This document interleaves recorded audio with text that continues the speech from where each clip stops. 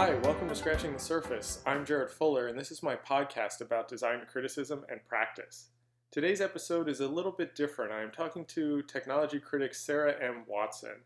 Last month, Sara published this great piece for the Columbia Journalism Review called Toward a Constructive Technology Criticism, which is an in-depth look at the state of technology criticism, and it's very similar to what I'm doing and thinking about with this podcast. The entire piece is excellent, and I encourage you to read it. There's a link in the show notes. And I think you'll find that a lot of the issues Sara articulates regarding technology criticism are the same issues facing design criticism. So last week I talked to Sara, who is currently based in Singapore, over Skype to talk about her piece and the state of criticism in the largest sense. And because we recorded a week after the election, we have what I think is a very interesting conversation about the role of criticism, especially around technology and design in this sort of post-Trump era. I think this is a timely and very relevant conversation, and one that I found incredibly interesting and important. So because I've been thinking about it so much since we recorded, I decided to push it up in the schedule and release it this week. So without any more delay, here's my conversation with Sara M. Watson.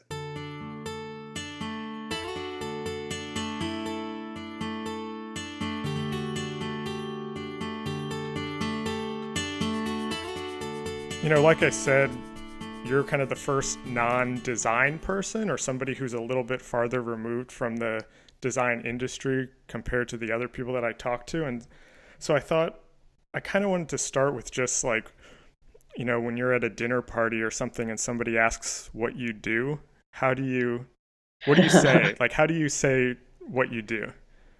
Sure. I mean, that's a really good question to start with because I think that is kind of the motivation behind this tech criticism piece and the work I did with the Tao Center in some ways. So that's a funny jumping off point. But so I describe myself as a tech critic, okay. But I usually say by critic, I don't mean Luddite. I mean like cultural criticism. Mm. And I usually say, you know, like a film critic thinks about society and history. And then it gets into a longer discussion about what tech criticism is. So I don't have a very short, easy answer. And I think that's largely because people have a negative association with tech criticism or that right. It suggests something negative. And so that's actually where all this work started out from, is that I was writing about technology and felt like calling myself a tech writer was not nearly adequate to describe the stuff that I was writing about and how I was writing about it. I didn't want to associate with being like a gadget blogger. Right. Yeah. I mean, or that's I didn't even feel like a journalist really either. Like tech being in the beat, right? Like what did Google do yesterday? That kind of thing. And so I was feeling like there wasn't an adequate way of describing the day-to-day work that I was doing in a succinct way. And then looking at tech criticism as the closest possible thing to describe myself as, and being like, oh, but like, why am I so resistant to calling myself that? Well, it has to do with this kind of baggage that comes with the term, but also comes with all the examples that we have that we recognize largely as tech criticism. So, yeah. I mean, it's interesting because that was going to be my next question, was kind of how you define technology criticism, because I mean, I'm somebody who reads a lot about technology, and I still kind of fall into the trap of thinking of tech criticism as like gadget reviews, you know, or like, you know, here's the new laptop from company X, and here's why it's better than the one before. And so I like that, how you said, kind of comparing it to cultural criticism. How do you think about that in relation to technology? Yeah. I mean, I think it's become more clear in recent years that, you know, technology is a part of culture, that it is the kind of underlying substrate of what makes culture possible, and that it's so not separated or removed from culture. Even if we are talking about the gadgets themselves, we're talking about these things that we carry around on our bodies and in our pockets and in our purses. And, there's a kind of a cultural element of understanding what our relationship with these devices is. But then there's also just the more ingrained cultural element, which is like all culture is happening online in some form, right? Whether it's mediated on Facebook and the Facebook feed, or something completely novel and different because of the way that people are using Snapchat filters or Instagram. And so I think it's not so hard a jump to for people to kind of begin to understand the cultural elements of tech at this point. But I think it's still a little bit of a stretch to be able to point out, there's not your typical obvious equivalent to like the film critic. And we had, Walt Mossberg and David Pogue in these like very well-known positions in the New York Times and the Wall Street Journal. And for the most part, for a long time, they were about reviewing personal technology. And it was, as you said, like very much in the, here's the latest new product.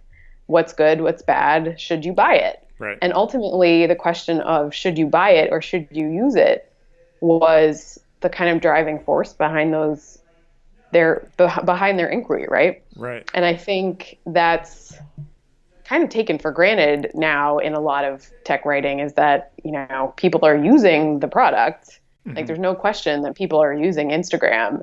But what's interesting is not whether you should use it, but, what kind of cultural meaning has come out of people using it, or what, features or kind of changes occur when you start looking at the world differently and, producing material in a new, different way, or, what has the hashtag done to cultural meaning, for example. So that gets into really different questions. And I think part of that has to do with, where those questions get to be asked.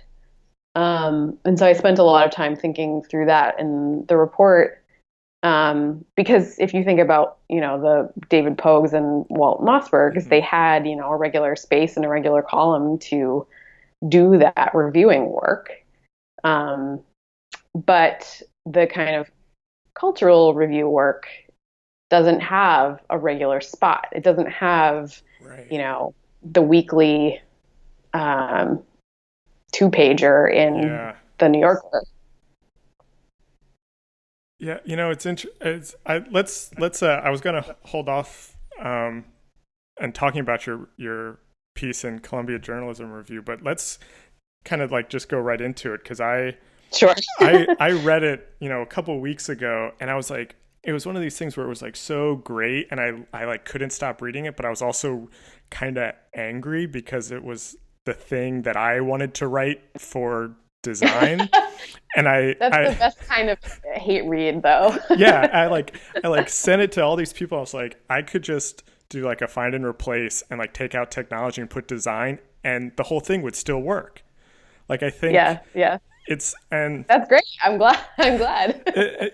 And I think design is kind of in a similar place in culture as technology, in that you can't escape it. It is everywhere, and it only gets interesting or relevant to talk about when it's connected to all those other things, instead of, the piece itself. So instead of like the laptop review, or in design's case, instead of like the logo review, actually isn't that interesting unless you talk about kind of all the cultural, political, economic things that surround it. Right. So what was the background, or how did you start writing this, or what made you kind of start thinking about that? Sure. So it goes back to my time at Berkman, at the Berkman Center for Internet and Society. And it actually ties back to your initial question, which was like, how do you introduce yourself? And so I arrived at Berkman. I'm surrounded by people who are definitely, you know, pretty clearly technologists or lawyers or, um, social scientists. They kind of had it was a very diverse community, which is amazing. And what is part of what makes the Berkman Center such a great intellectual space. Um, but people seem to have their boxes, and I was struggling to introduce myself and say, I'm working on this book and I'm a tech writer, and that didn't feel right to me. Um, in the process, I was working on the book with another co-author, and we were kind of struggling to find shared language. We wanted to talk about the same things, talking about data and algorithms and the kind of role in culture and society. But it became clear that talking about things like regulation were like almost allergy terms. Like he was just so kind of wanted to avoid those kinds of discussions. And I was like, where is this coming from? Why is talking about regulating algorithms such a like non-topic? And it became clearer and clearer to me that he was just so embedded in Silicon Valley. And he, was from the West Coast and was just part of a culture that's like pretty libertarian and, very much about like the market regulating itself. And it became clear that like this was a political difference between us. And so trying to figure out how to articulate that kind of difference in view in how we wanted to write about this stuff really made a stark contrast for me for the type of writing that I was valuing and wanted to emulate versus what he was trying to do. Mm-hmm. And so part of that was just like this like soul searching process of articulating what it was that I cared about in the work that I wanted to do. And, trying to look at other people who were contributing to that space. As I said, emulating, the kinds of contributions that those voices were making. And, trying to like put a label on it. For me, it was a lot about saying like, I think there's this crew of people contributing to a discourse that is not just about the latest new thing that tech can do, but is also about the kind of cultural and political and social ramifications of, what we're doing with technology and who is it for and to what ends and that kind of conversation. So coming out of that, the book fell apart. My relationship with my co-author fell apart. But ultimately, it was a really good thing because it was this kind of, as I said, soul-searching process of like knowing what it was that I was trying to do. And then coming out of that, the Tao Center for Digital Journalism at Columbia was putting out a call for fellows and research projects. And so I happened to be talking to Emily Bell, who is the director there, I believe, is her title. And she was kind of poking around, just asking me what I was thinking about. And I was like, well, I've been, thinking about this tech criticism thing. And it was right in their wheelhouse because a lot of what they write about is the effect of technology on journalism. So like what happens when Snapchat becomes a part of the like publishing process, for example. Yeah. And so the flip side was like, oh, what is journalism's role in talking about technology, especially when these two things are so deeply entwined when you're, talking about whether or not a news organization has access to their audience through Facebook and publishing on, a Facebook determined news article format, right? So it seemed like a pretty natural fit, even though it wasn't like their quite their normal approach to things. So yeah, it was a great opportunity to kind of dive into what I had been spending a lot of my kind of background cycles on thinking through, Right. to kind of do it um, more outright with some funding from the Knight Foundation and with an audience. So did you have? I'm trying to think exactly how to phrase it. Like, did you have a point of view or a thesis kind of like thing you wanted to prove going into writing and researching it? Like, did you have a way that you thought technology should be written about that you were shooting towards, or did you kind of start to try to figure out what that could be? Do you know what I mean? Sure, yeah. I mean, I definitely had, as a good researcher might put it, is a hypothesis, Yeah. and that was coming from all this background reading I had been doing over the last couple of years, Okay. thinking about sets of people and approaches, and that certainly colored who I ended up talking to in depth, interviewing and things like that. So, so yeah, I definitely had a concept of what I thought the problem was, where I thought, trying to articulate this kind of where this negative association comes from and why it persists. Mm-hmm. That was it was more a question of like, I think this is the thing, how does it articulate? How does it show up in the world? And let's like try to describe it in a much more robust way. Right. So So how long were you kind of working on it in earnest? Interviews, research, writing?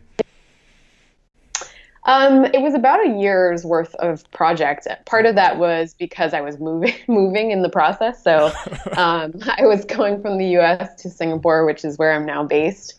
And there was a little bit of just, startup costs from changing my life a lot. So Right.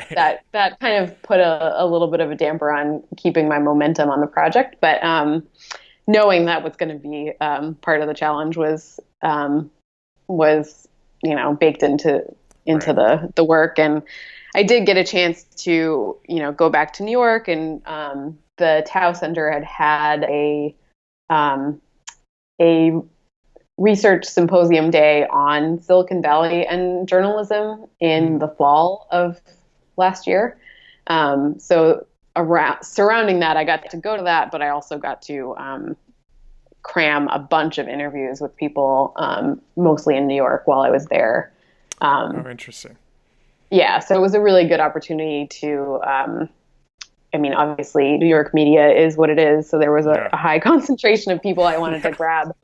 And it actually helped a lot in the sense that having a very concrete time window was a motivating factor to get people to respond to me. So that was actually a good strategy for getting people to Right. get FaceTime with them. So Yeah, I think it's funny. I think I did the same thing. I spent this past summer in New York and did like a dozen interviews in like a month time, for yeah, this. And then it's, kind of like this now where it's just Skyping the people that I can talk to that way. But it was like, get those New York right. people at once. Mm-hmm. Did you, It's a good strategy. did you, did you only, again, I don't know exactly how to phrase this question. Did you reach out to people that you thought were doing the type of writing you were interested in? Or did you also kind of talk to people that maybe kind of disagreed with this direction, or weren't interested in that type of criticism? So I tried to cover a pretty big range of people, and largely it was like, I I think I would identify it as a set of people who were doing longer form stuff and often talking about historical context or social context, that kind of thing. In many cases, I was really interested in talking to them about what they thought about criticism, what like, did they think of what they were doing as criticism at all? Oh, interesting. And in many cases, people, explicitly said, like, no, I'm a journalist, like, I'm a reporter. Oh, really? Um, yeah. So I was very interested in kind of using those self-identifying questions to flesh out what it was that, how people thought of the work that they were doing, but actually going back to this like original question, like, how do you introduce yourself? Mm-hmm. And using that as a jumping off point to figure out where the kind of fractures were with the problem of tech criticism. So I guess I would say, I mean, I didn't reach out to well, that's not true. I mean, I even talked to like John Herman, who had started as a gadget blogger, but had kind of evolved from there. And that was actually a really rich conversation because he had a lot of perspective on, how writing about technology has matured over time. So yeah, I think, I mean, I wasn't going way out of my way to be like, okay, let's talk to 5 people from Engadget. Right. But I was trying to get a rich, robust set of different types of backgrounds and different publications and that kind of thing. So. And what was the response to those people that you interviewed when you kind of told them what you were doing and what you were thinking about? I mean, I think a lot of people were excited about the project and were very willing to talk. And, really, it just came down to those like, well, do you think of what you're doing as criticism? Where that's where the kind of, not resistance, but just kind of like hesitation came out. Yeah. But at the same time, they were very excited about like, yes, this is needed.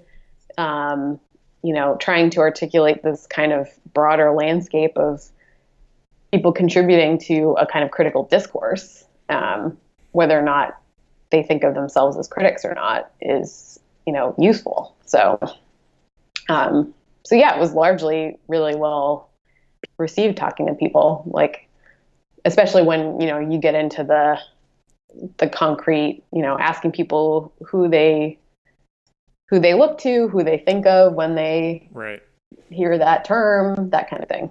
Yeah. Well, so I obviously read it. I sent it to a bunch of people.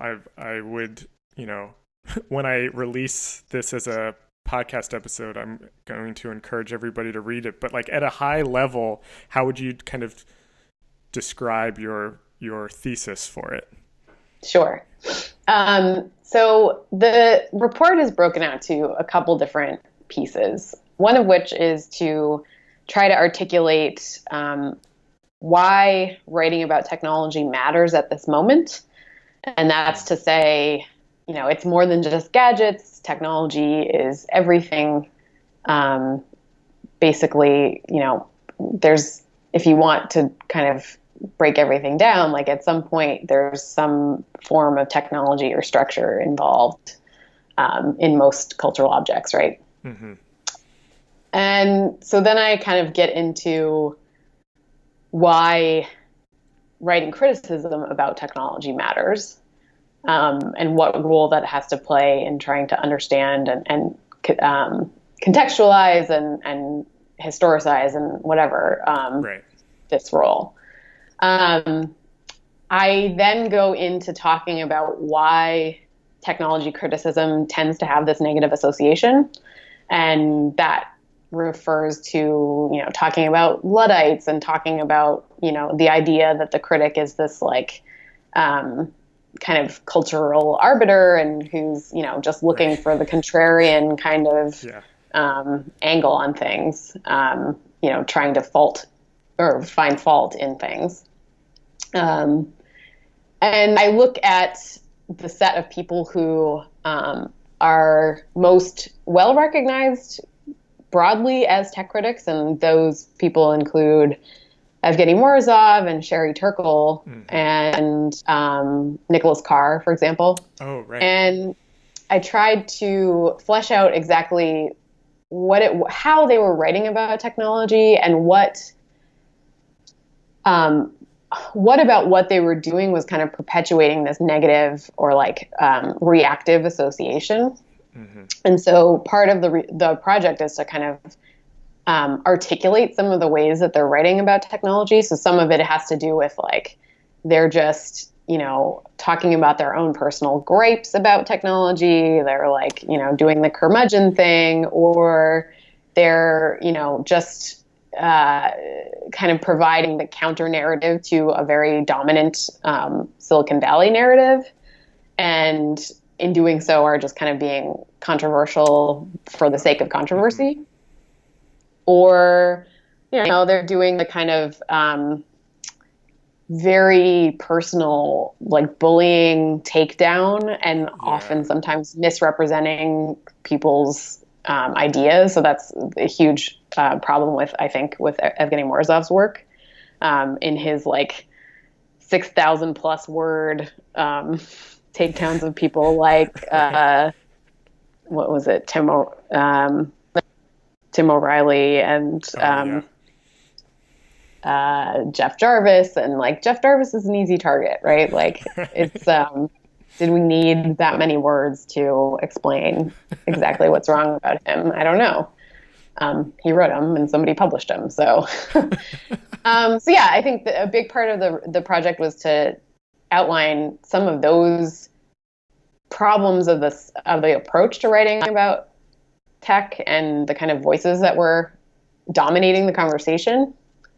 And then to try to show a set of people who are, as I said, not necessarily identifying as critics, but are contributing to this critical discourse.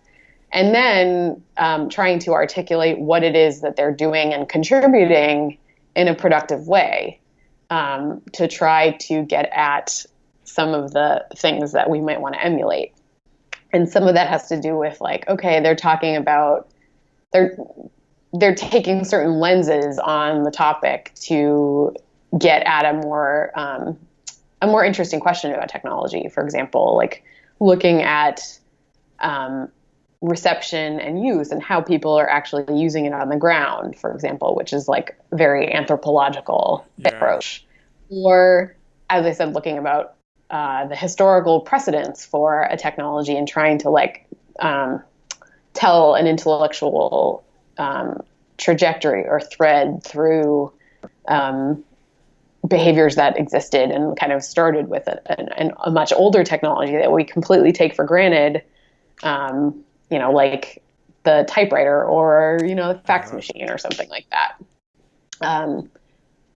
And finally, the report ends up looking, and this is kind of where my personal argument comes through, which is to argue for not only technology criticism, but constructive technology criticism. Right.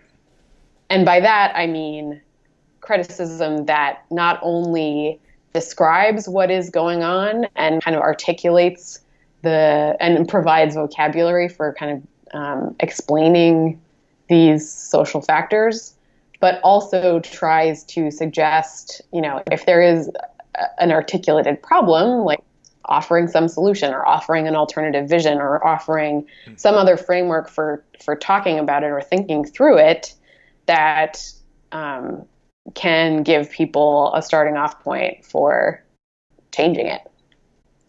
And I think that piece of it is probably the hardest piece. Yeah. In part because it's offering an alternative is like, well, if you're going to come up with the idea, like, might as well make it. Or, if you're a writer, you're not necessarily used to thinking through an alternative solution or like a design change, for example. Mm-hmm. And I think that's where I was really interested in looking at the whole range of people, and some of those people are actually practitioners who are, contributing in blogs or op-eds or or academics who are also doing the same thing, writing for public audiences, but also trying to do something constructive, which is, this is the problem. Here's how policy would change this, or here's how Right. This tweak in the interface would have an impact. So that's the gist of this report. I don't know. Did I? Yeah. Was that a succinct enough overview? No, yeah, it was perfect. It actually reminded me of some things that you had in there that I had completely forgotten about. It's interesting too because I had to remind myself. Actually, I pulled up my my slides. I will admit, I'm cheating a little bit. It's funny too though because you reference people that I like. It sounds stupid to even say in retrospect, but I had never even considered as technology critics or people writing about technology. And as soon as I saw their name, and I was like, oh yeah, you're right. I was like Virginia Heffernan, for example, for some reason, never kind of really considered her as someone who writes about technology. I think, was she the one who had that quote about, if she said that she was a technology critic, she got more pieces than a culture critic? Yes, she did. Yeah. Yeah. And actually, Virginia is a huge personal inspiration for me, for a lot of different reasons, which I can go into. Oh, yeah. But, my next question was going to be, who are the people that you look to? So this is perfect. Yeah. So I was a huge fan of hers when I was graduating undergraduate from Harvard in 2007. And she had a column in the New York Times Magazine weekend magazine called The Medium, or I think it was called Medium, before Medium.com was a thing. And it was obviously referring to, the McLuhan sense of the term. And I mean, she started as a TV critic. Oh, I didn't know that. Yeah. And then expanded to talking about screens because, in that moment, 2006, 2007, YouTube was coming to fruition. And you had Zay Frank doing really cool, interesting, weird things on the internet with video. And that was the moment that streaming was at all possible before, we didn't have connectivity to support that until that moment. And so for me, I was actually super interested in that video moment on the internet. And I was a English and film studies major in undergrad. So I was deep into that and wanted to get a job in online video or whatever. But interesting. At that moment, YouTube and Breakcove and these these online video platforms were really just hiring engineers. It was all about getting the streaming to work and to work efficiently. So, but there was such an interesting, content moment happening that was all new and different, and what's possible in the format. And that's where I was really interested in what does this medium itself make possible. So anyway, looking at Virginia's work, she was turning her TV work into screens and the internet. That's so and then interesting. It just kind of evolved from there. And so me reading this as an undergrad, I was like, yes, somebody is speaking my language. She has a PhD in English. And, we were just, I knew reading her in the New York Times, I was like, she gets what I care about. She's kind of articulating this in the way that I want to. And it was mostly just, I think kind of touching on this existential, I'm an undergrad, I'm about to graduate, and how do I explain what I care about to people in a way that I can get a job? And so it was good for me to be able to say this is what she's doing, this is what she cares about. Obviously didn't, start off there at all.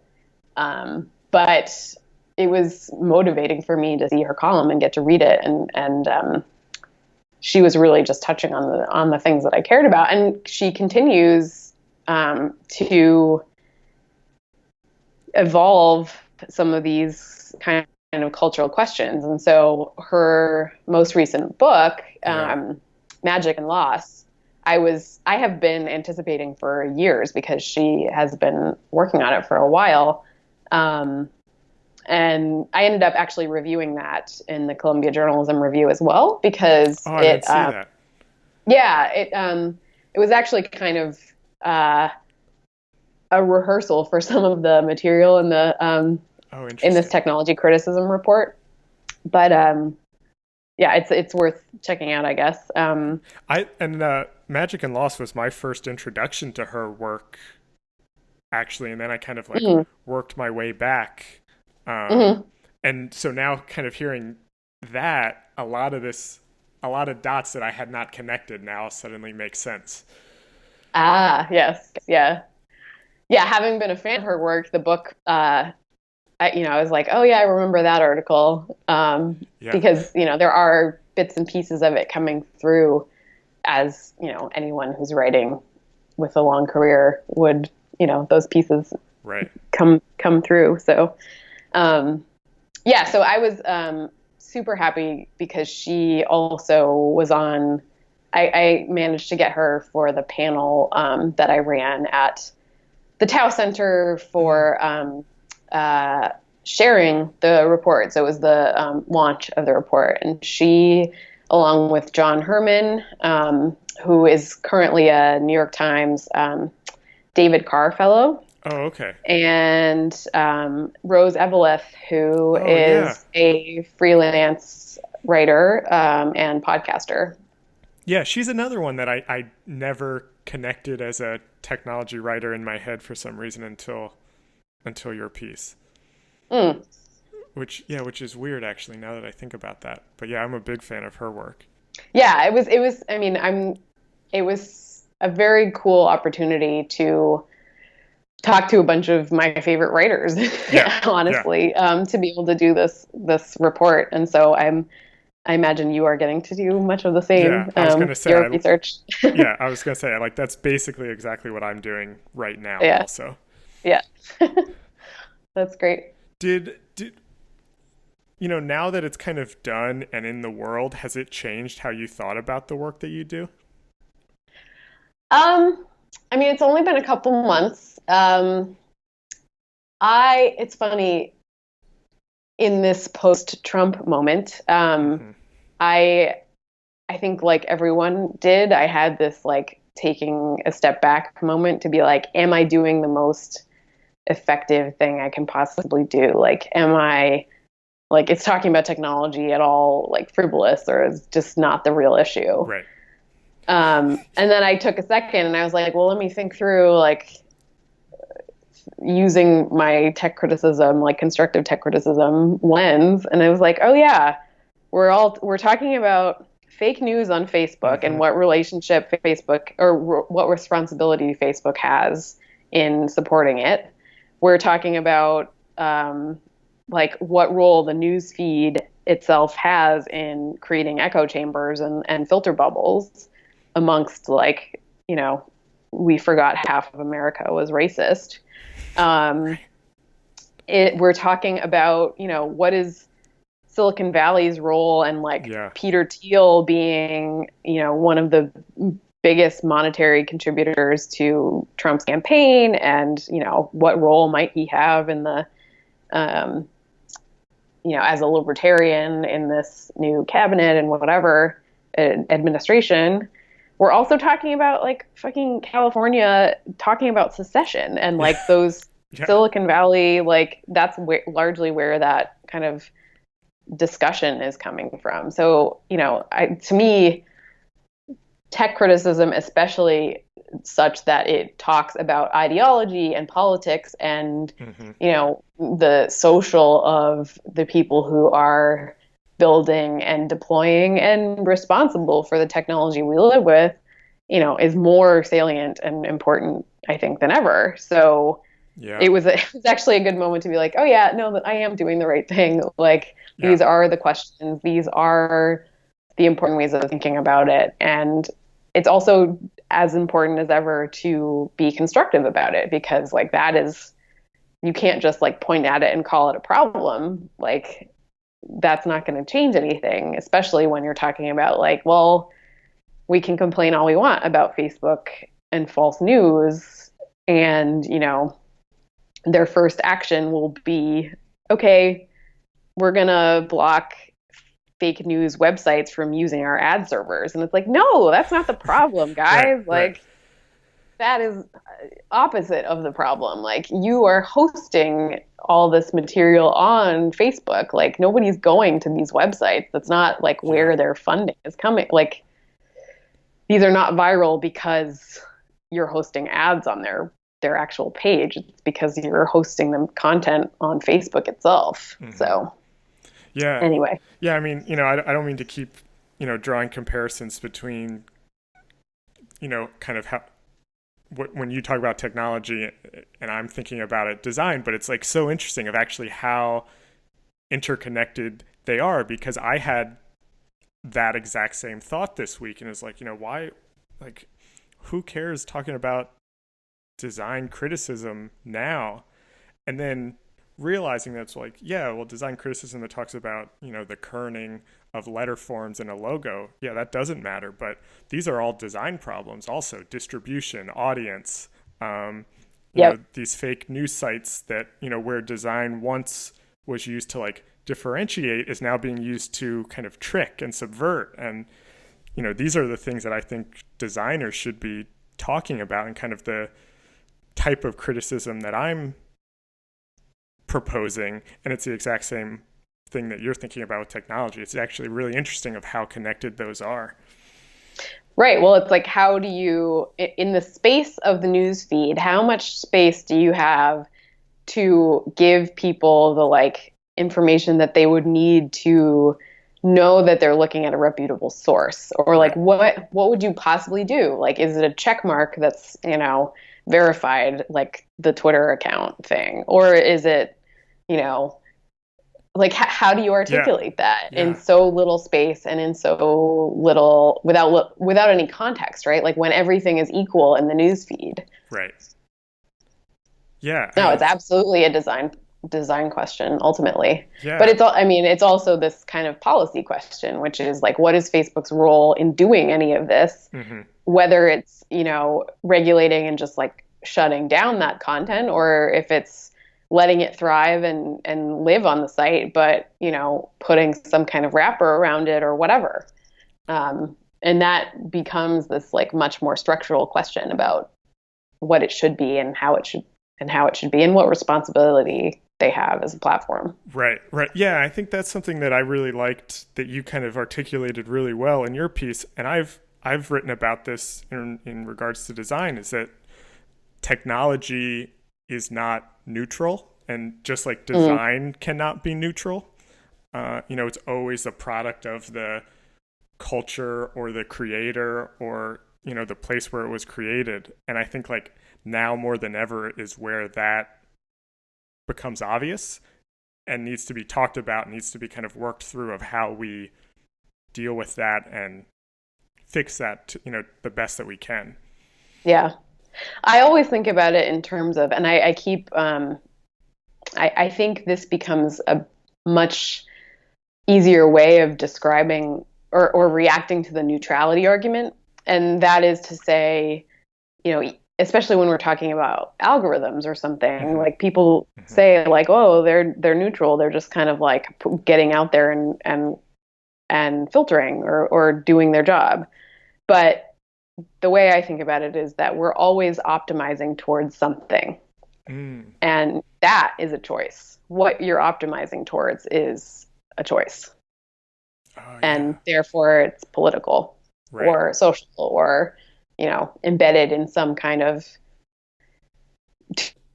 to what end, right? And usually that has to do with, in the context of something like Facebook, to keep going on that example, is Facebook is designing things towards getting you to spend more time on Facebook. Right. And obviously that's towards selling, more ads, like they get more revenue by you spending more time. But, it's also about just keeping users around. Right.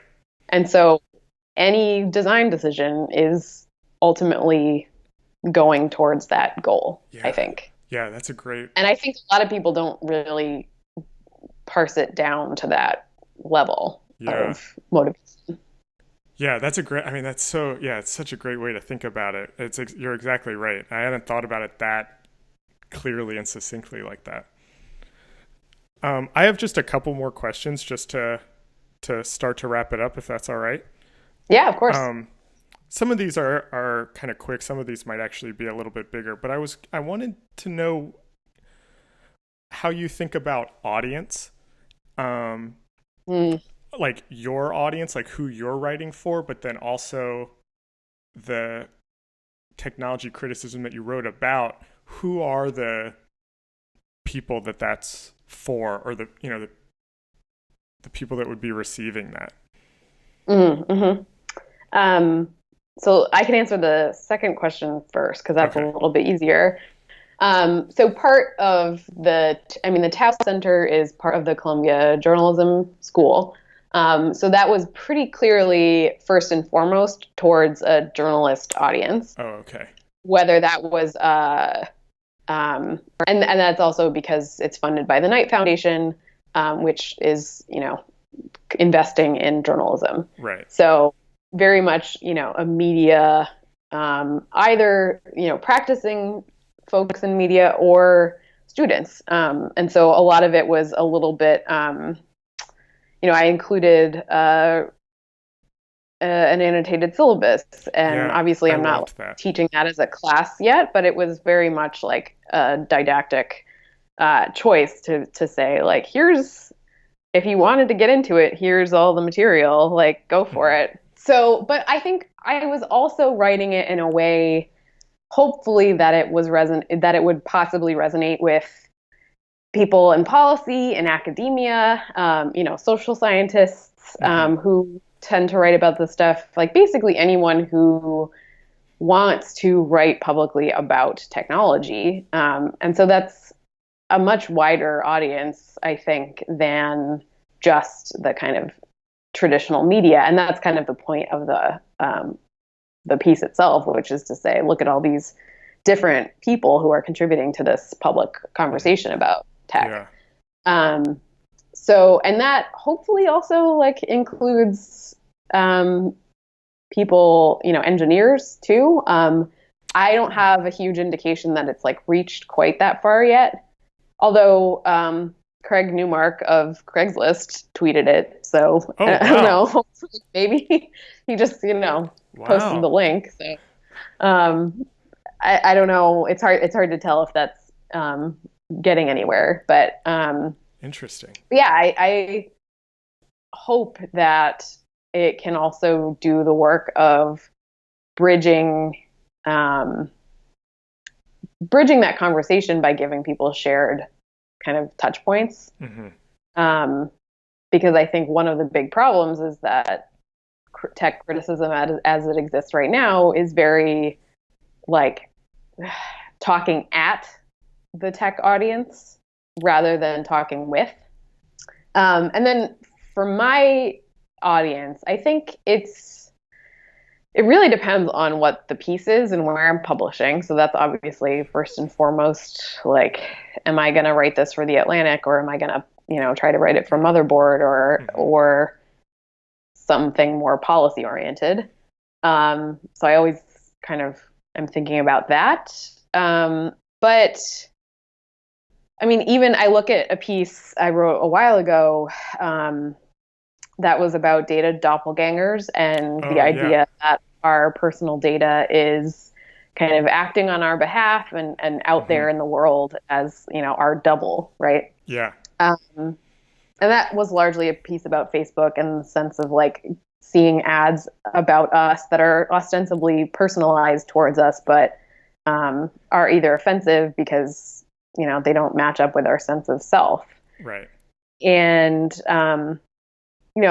that was kind of just, I initially wrote that just thinking like, I want to articulate this problem. It's not just creepiness, it's about the uncanny. And I thought, describing it in a more articulate way was going to, help people think through this creepy feeling. Mm-hmm.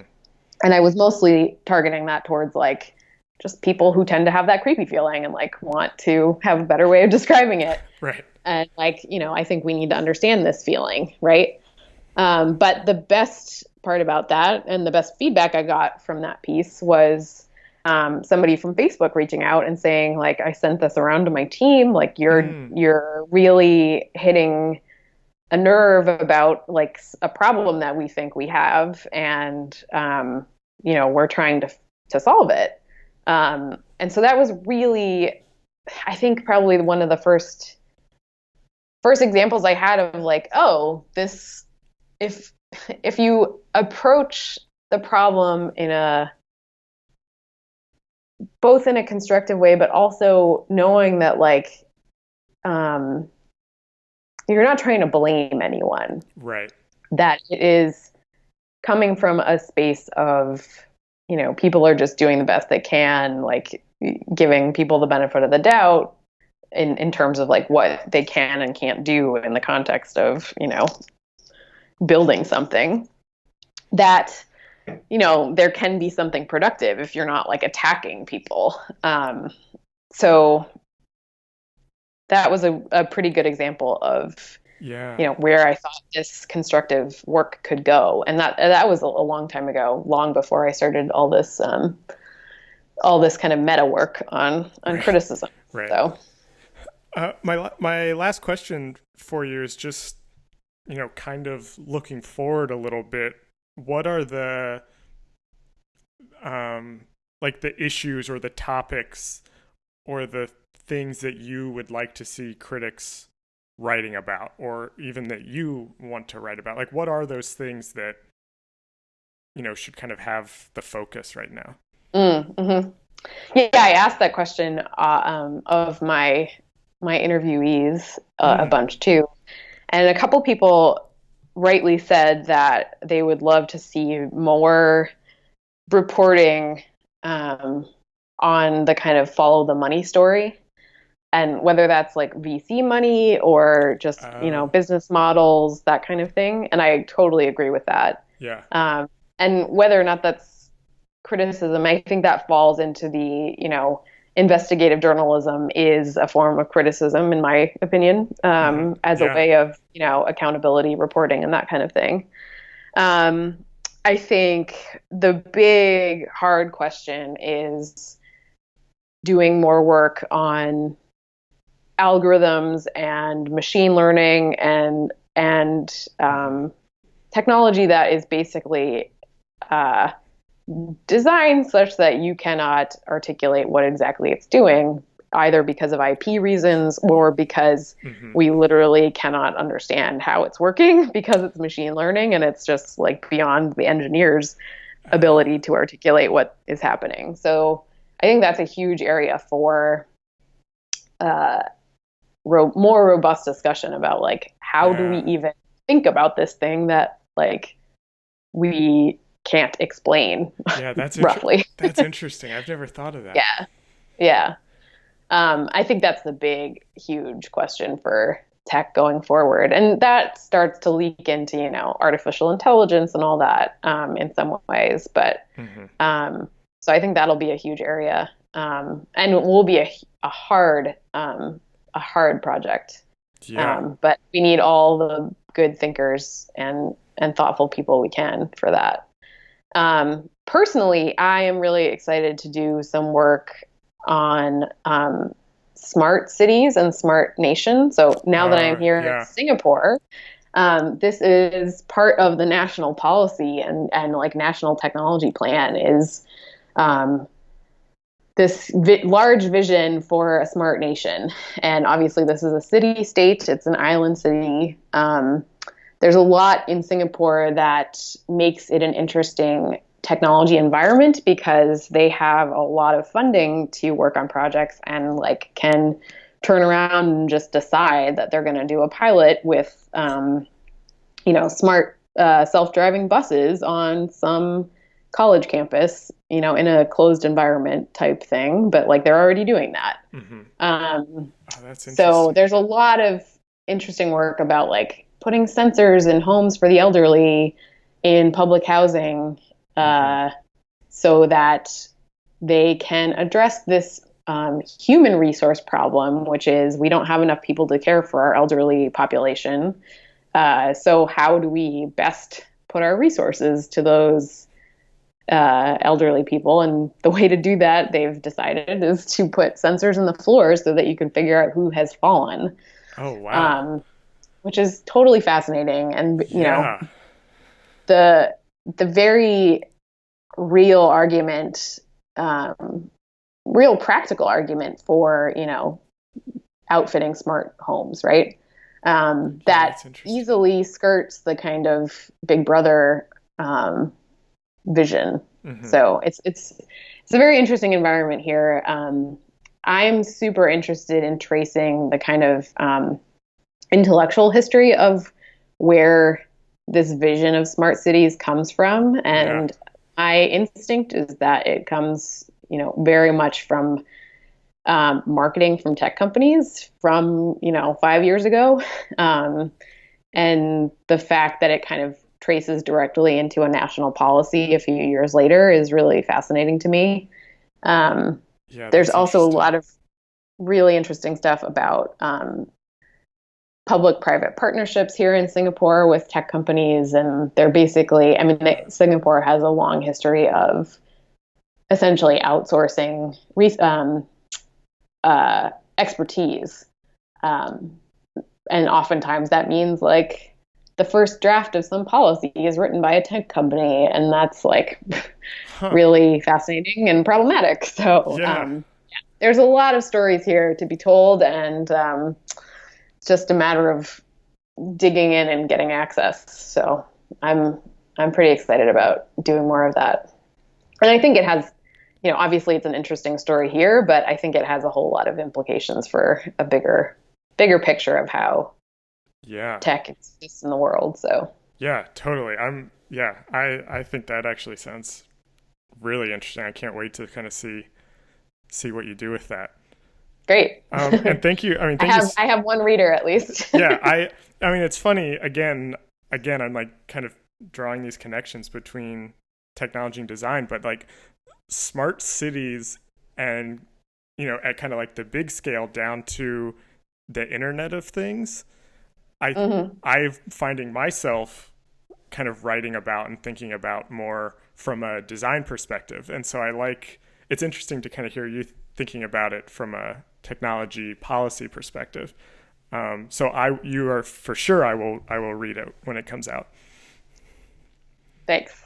Yeah, well, on the Internet of Things, one of the things that I've been wanting to write for a while and have been thinking through, and this is very much a design question, is, when we have all these interfaces that don't have a lot of information Mm-hmm. presented, or Mm-hmm. they're interfaces that we speak to, Yeah. what what the defaults are in Yeah. how the system responds matters so much in terms of foreclosing choice and foreclosing kind of siloed environments, or what is possible on the platform when you basically have to respond in exactly the right way, Right.